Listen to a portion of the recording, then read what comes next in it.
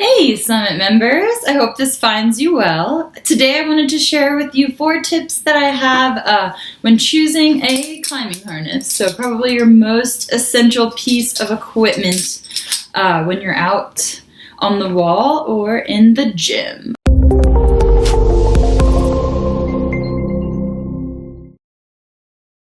So first tip, the first consideration that you need to make is what kind of climbing do you primarily plan on doing, because that will determine what kind of harness you're going to want to look at investing in. So do you plan on primarily climbing indoors or outdoors? And if outdoors, then do you think you'll primarily sport climb, trad climb, ice climb, or perhaps a combination? And so if you aren't really sure, you can always start out with a basic harness that just fits you well. But these are the considerations I'd like for you to keep in mind as you progress and start getting into different types of climbing. So first, to start out, let's talk about waist belt considerations. And when I'm talking about your waist belt, that is going to be this part of the harness that actually goes and fits around your waist, and you tighten it here at the buckle. So ideally you want to situate your waist belt over your hips, and when you're picking out a harness, you're going to want to choose a waist belt that is comfortable, fits you well. When I say fits you well, ideally when you tighten it, you want to make sure these two pieces come together. You really don't want a harness where the pieces are, these padding pieces right here I'm referring to, are too far apart, because this harness is going to be too big for you. And if you can't tighten your harness all the way, like if it won't go any tighter and it's still not tight enough, then that harness size is actually going to be too small for you. So other considerations when choosing a waist belt include weight considerations. So waist belts come and actually add up to different harness weights. So often that means sacrificing a little bit of padding and comfort for a lighter weight harness. But it doesn't necessarily have to. So looking at the overall weight of the harness, knowing that primarily that weight is going to be coming from your waist belt. This, for example, is a padded waist belt, I would say in the mid-weight range, whereas, for example, this harness here is a super, super lightweight harness. As you'll notice, this waist belt is not very padded at all. It's primarily designed for alpine climbing when you want the lightest weight gear to move quick and fast across terrain. So next considerations are going to be your gear loops. So these things right here, where you can see this belay device is hanging from.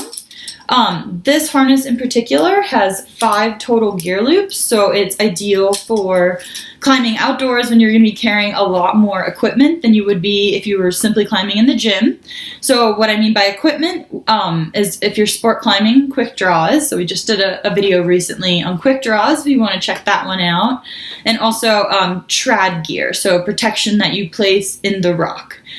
So the more gear you plan on carrying will determine how many gear loops you're going to need. So for trad climbing and really long sport routes, you're going to want as many loops as possible in order to carry all of your gear with you. And this also includes your rappel and belay equipment if you're not planning on leading either. So gear loops are typically made from plastic and webbing and or a combination. As you can see, these are plastic gear loops coated in webbing, whereas these are simply the plastic without any of the webbing, so no frills kind of harness, again, for weight considerations.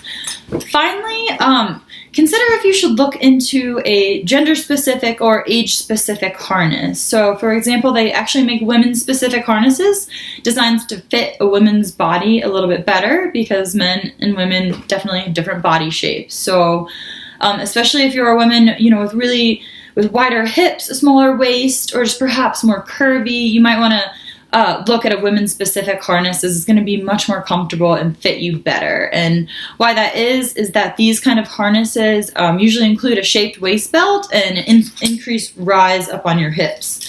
this is a great example of a women-specific harness, and this is actually my primary go-to harness. This is the Petzl Luna harness, so ladies, can highly recommend. I know a few of you out there in the community so far can also attest to the quality and comfort of these specific harnesses.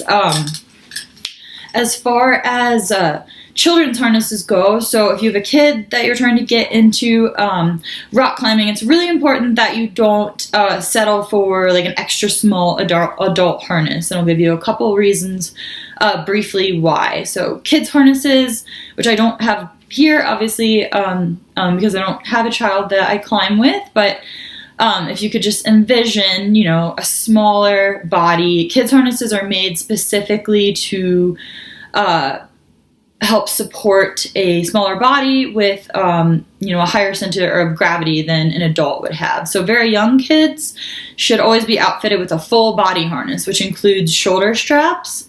And the reason for this is because they're not big enough to be able to safely, if they fall, not fall out of simply a sit-in harness. So as a general rule of thumb, any kid under 88 pounds should start with a full body harness, and then as you age and gain weight and grow, a sit-in harness will become a better choice as the kid's center of gravity starts to lower.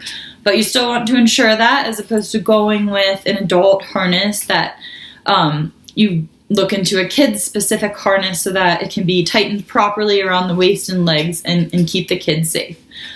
So to quickly recap, because I know that was a lot, tips I have for choosing a climbing harness. First and foremost, the type of climbing that you plan on doing will determine the kind of harness that you want to look for. So there are specific harnesses made for sport climbing, alpine climbing, trad climbing, and simply gym climbing. So taking a look at that. When you're looking at waist belt considerations, you want to look at waist belts that are comfortable and padded, or if you're more worried about weight considerations, perhaps more of a lightweight harness, and also adjustment features. So these buckles here, how many buckles do you want? Do you prefer to have adjustable leg loops or leg loops that simply slip on and off? That really comes down to personal preference. Next, you're going to want to look at gear loop considerations, so the number of these gear loops here that you have on your harness to hold your gear. So the more gear you plan on carrying, the more gear loops you're going to want to need. And finally, if you're a woman or you have a child getting started in climbing and you're looking for a harness for them, consider women-specific and kids-specific harnesses. Especially kids weighing under 88 pounds should start in a full body harness for safety, and then as their center of gravity lowers as they age, a sit-in harness will become more appropriate, but you want to make sure that you can always adjust it tight enough to fit them around the waist and the legs. So those are tips that I have for you for choosing a climbing harness, and I hope you found these helpful, and thanks for watching. I'll see you guys next time. Hey guys, it's Amanda. I hope you enjoyed this video. If you're new to hiking and backpacking, I just wanted to recommend that you check out our Adventure Academy Summit, where you'll find everything you need to know to learn how to become a safe and confident hiker. In Summit, we have tons of video courses, ebooks, and downloadable cheat sheets. We also do weekly live webinars where you can get any questions that you might have on a variety of subjects answered in real time. Summit also comes with a really convenient mobile app, which includes sort of a mini Facebook for all of its members built into the platform. So you can connect with other adventure junkies in your area at your convenience. It's really cool. If you want to give it a chance, check it out and go to the adventurejunkies.com/academy or click the link in the description below. I look forward to seeing you in Summit.